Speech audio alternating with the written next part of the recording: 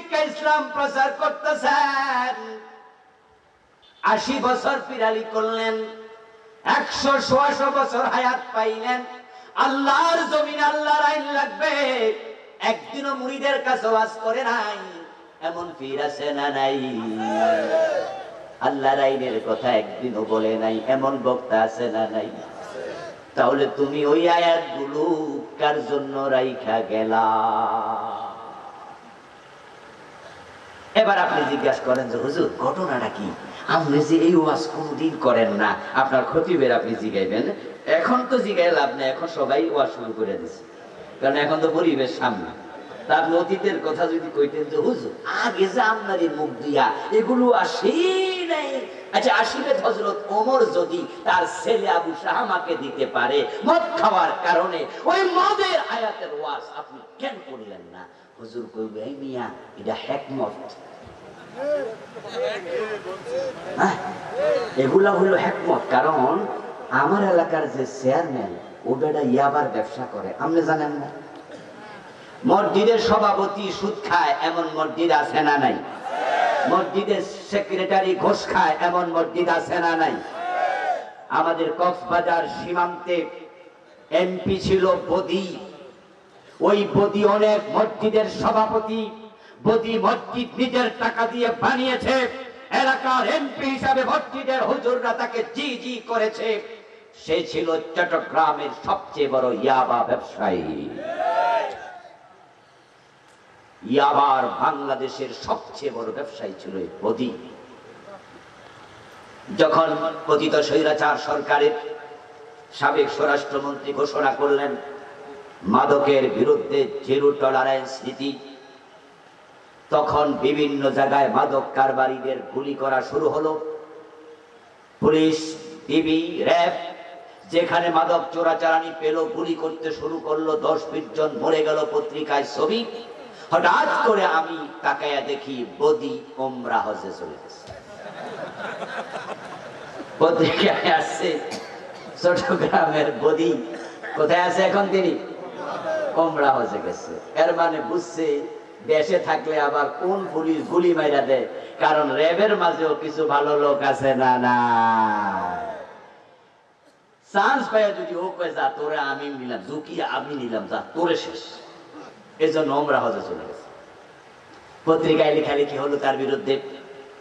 পরবর্তী বছর যখন আবার সরকার মনোনয়ন দেয়া শুরু করলো, তখন কথা উঠলো ইয়াবা কারবারি বদি, তাকে মনোনয়ন দেয়া যাবে না, সরকারের ভাবমূর্তি নষ্ট হবে, কারণ সে যে একজন ইয়াবার বাংলাদেশের সেরা ব্যবসায়ী, এটা প্রমাণিত সত্য।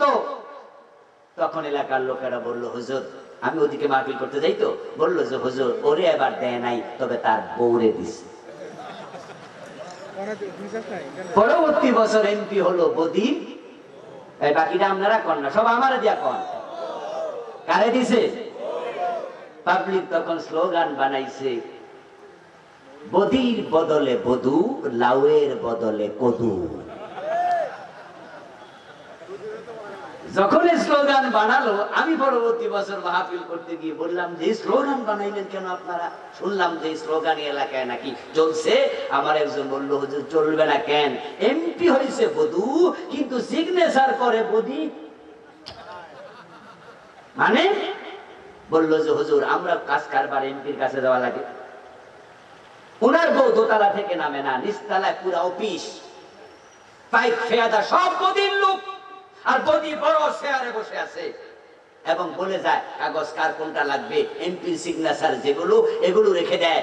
আমরা শুনতে পেয়েছি বউয়ের সিগনেচারটা হে নিজে করে দেয়। বউরে শুধু কইছে এমপি হইছ দোতলা হইয়া থাক, নিচে নামবি না। আমার বন্ধু ওই হুজুর বলে শোনো, যদি আমার এলাকায় আমি মদের বিরুদ্ধে ওয়াজ করি, বদি মিয়ার গায়ে ওয়াজ করার সম্ভাবনা আছে না নাই? এই ভাইরা কথা বলতে হবে তো। আমি যদি সুদের বিরুদ্ধে ওয়াজ করি, সভাপতির গায়ে পড়বে, উনি তো সুদ খায়।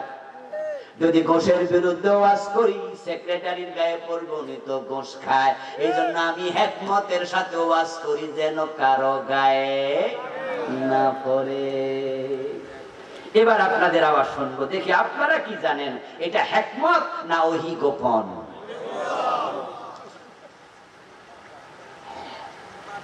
এটা ওহি গোপন, এটার নাম হিকমত হতে পারে না। আমার দোস্ত, হ্যাঁ আমি আপনাকে বলবো না যে আপনি হিকমতের বাহিরে চলেন। হিকমত কৌশল বলতে যা বোঝায়, সেটা বিজ্ঞ জনচিত চিন্তা করে কোন কথা কিভাবে কখন বলা উচিত তা মাথায় রাখবে, কিন্তু সত্য গোপন করবে না, বরং চিন্তা ভাবনা করে খুব সূক্ষ্মভাবে সত্য তুলে ধরার নাম হিকমত। সত্য লুকিয়ে রাখার নাম হিকমত না। যারা হক না বলে হক গোপন করে তারা বোমা শয়তান হয়ে যায়। আস-সাকিতু আনিল হাক্কি শায়তানুন আখরাস।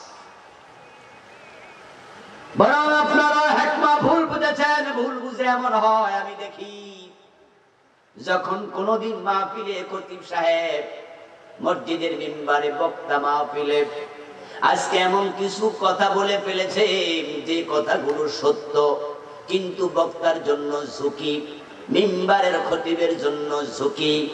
তাই আপন কিছু আছে, বক্তবৃন্দ আছে, তারা আস্তে করে নামাজের পরে বাড়ি যায় না, জুমার পরে থাকে মসজিদ অপেক্ষা করে।